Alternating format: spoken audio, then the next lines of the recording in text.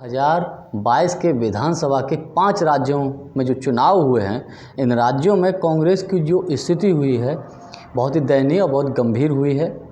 और मेरा मानना है कि पार्टी के शीर्ष नेतृत्व को इस मामले को लेकर अपने कार्यकर्ताओं की बात को सुनना चाहिए और कोई ऐसा माध्यम निकालना चाहिए ताकि कार्यकर्ताओं से सीधे डायरेक्ट संपर्क हो सके और सीधे ज़मीन की बात शीर्ष नेतृत्व को तक पहुंच सके। नमस्कार, मैं राहुल कटेरिया। अपनी बात शुरू करें उससे पहले आप सभी से निवेदन, हमारे YouTube चैनल राहुल की बात को सब्सक्राइब करके घंटी के बटन को दबाकर ऑल पर क्लिक करिएगा और साथियों उसको अधिक से अधिक शेयर भी करिएगा। साथियों, 2022 के 5 राज्यों के विधानसभा के चुनाव में कांग्रेस पार्टी जो उम्मीद कर रही थी कि जिस उम्मीद के साथ हम चुनाव में जो हमको रिज़ल्ट मिलेगा, वो उम्मीद से कई गुना जो है नीचे रिज़ल्ट रहा, बेहतर नहीं रहा, हम यूँ कह सकते हैं। लेकिन अब चूँकि बेहतर नहीं रहा है तो उसके कहीं ना कहीं कुछ ऐसे वीक पॉइंट्स होंगे जिसकी वजह से बेहतर नहीं रहा।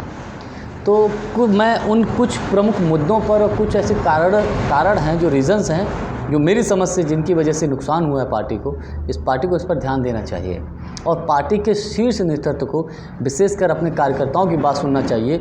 सिर्फ ऐसा ना हो कि आसपास के जो चुनाव से पहले लीडर्स थे, चुनाव से पहले जिन नेताओं के साथ बैठकें होती थी, मीटिंग्स होती थी और हार के बाद फिर उनके साथ मीटिंग्स और बैठकें हों और उन्हीं की सोच और उन्हीं के विचारों के आधार पर ही निर्णय लिए जाएँ। मेरा मानना है, हो सकता है कुछ नई बातें सीखने को मिले, समझने को मिले, लेकिन उसके अतिरिक्त कुछ ऐसा माध्यम बनाना चाहिए ताकि पार्टी के नीचे के कार्यकर्ता से आपका टच हो सके, सच्चाई फील्ड में क्या रही है वो आपको पता चल सके। अब कुछ कारण ऐसे हैं जिनकी वजह से मुझे लगता है कि पार्टी का कहीं नुकसान हुआ है, जिसमें से एक प्रमुख कारण मैं आपको बताऊं, जो बार बार सुनने में आ रहा है, कमीशनबाजी का खेल। और ये मैं नहीं कह रहा हूँ, अभी पार्टी के ही एक वरिष्ठ कार्यकर्ता रहे हैं जीशान हैदर साहब, उन्होंने जिस प्रकार से आरोप लगाया है आदरणीय प्रियंका जी के जो आसपास के लोग थे, तो हालांकि उनको जो बोलने का जो उनका तरीका है शायद मुझे ठीक अनुशासनहीनता के दायरे में नहीं था, जिसकी वजह से उन्हें पार्टी से निकाला भी गया है। लेकिन उनकी बात में दम है। पार्टी के कई ऐसे नेता, कई ऐसे कार्यकर्ता हैं जो आदरणीय प्रियंका जी से इस बात को पहुँचाना चाहते हैं, लेकिन आदरणीय प्रियंका जी तक अपनी बात पहुँचा ही नहीं सकते हैं। जीशान हैदर जी की बात में, या यूं कहें पार्टी के लोगों की ही एक तरीके से बात है।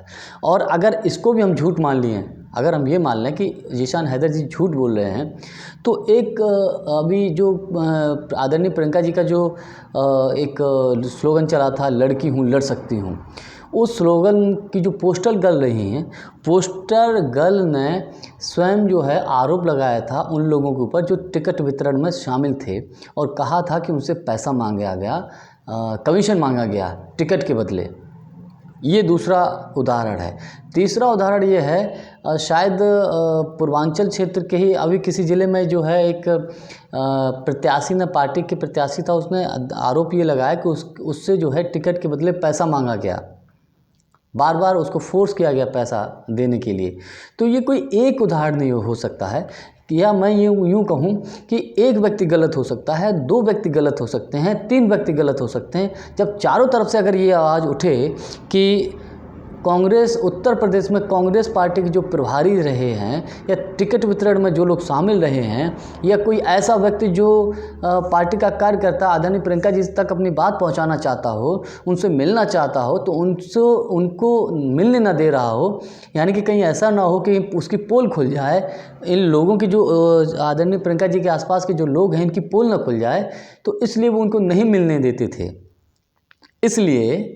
इसलिए मेरा मानना है ये है कि इस मामले को लेकर आदरणीय प्रियंका जी को, पार्टी के शीर्ष नेतृत्व को जो है गंभीरता से विचार करना चाहिए और जो लोग इसमें शामिल हैं, जिनकी वजह से आज पार्टी का जो नुकसान हुआ है, इनके ऊपर सख्त से सख्त कार्रवाई होनी चाहिए, फिर वो चाहे कोई भी हो। क्योंकि सिर्फ ये चुनाव नहीं था, ये इन लोगों ने तो आदरणीय प्रियंका जी के जो भविष्य को दांव पे लगा दिया था। आप सोचेगा, आदरणीय प्रियंका गांधी जी उत्तर प्रदेश में अकेली इकलौती ऐसी नेता रही हैं जिन्होंने सबसे अधिक मेहनत की है। लगभग 200 के लगभग आसपास रैलियां और रोड शो किए हैं। हो सकता है ज़्यादा भी हो, काउंटिंग क्लियर नहीं है मेरी, लेकिन 200 से अधिक किए हैं। तो कहने का तात्पर्य ये है, मेरा सीधा बड़ा मैं भी इस बात से सहमत हूँ कि आदरणीय प्रियंका गांधी जी के आसपास के लोगों ने पार्टी की लुटिया को डुबोया है। ये सिर्फ मैं नहीं कह रहा हूँ, मेरे के साथ पार्टी के हर उस कार्यकर्ता की बात है जो आप प्रियंका जी तक पहुँचाना चाहता है। और ये बात सोशल मीडिया और प्रिंट मीडिया और इलेक्ट्रॉनिक्स मीडिया के माध्यम से भी ये बात निकल के आ चुकी है कि ऐसा हुआ है। और इस बात में सच्चाई है कि पार्टी के नेताओं ने ही इस मामले को घपलाबाजी की है, जिसकी वजह से पार्टी का नुकसान हुआ है। CWC की बैठक हुई थी।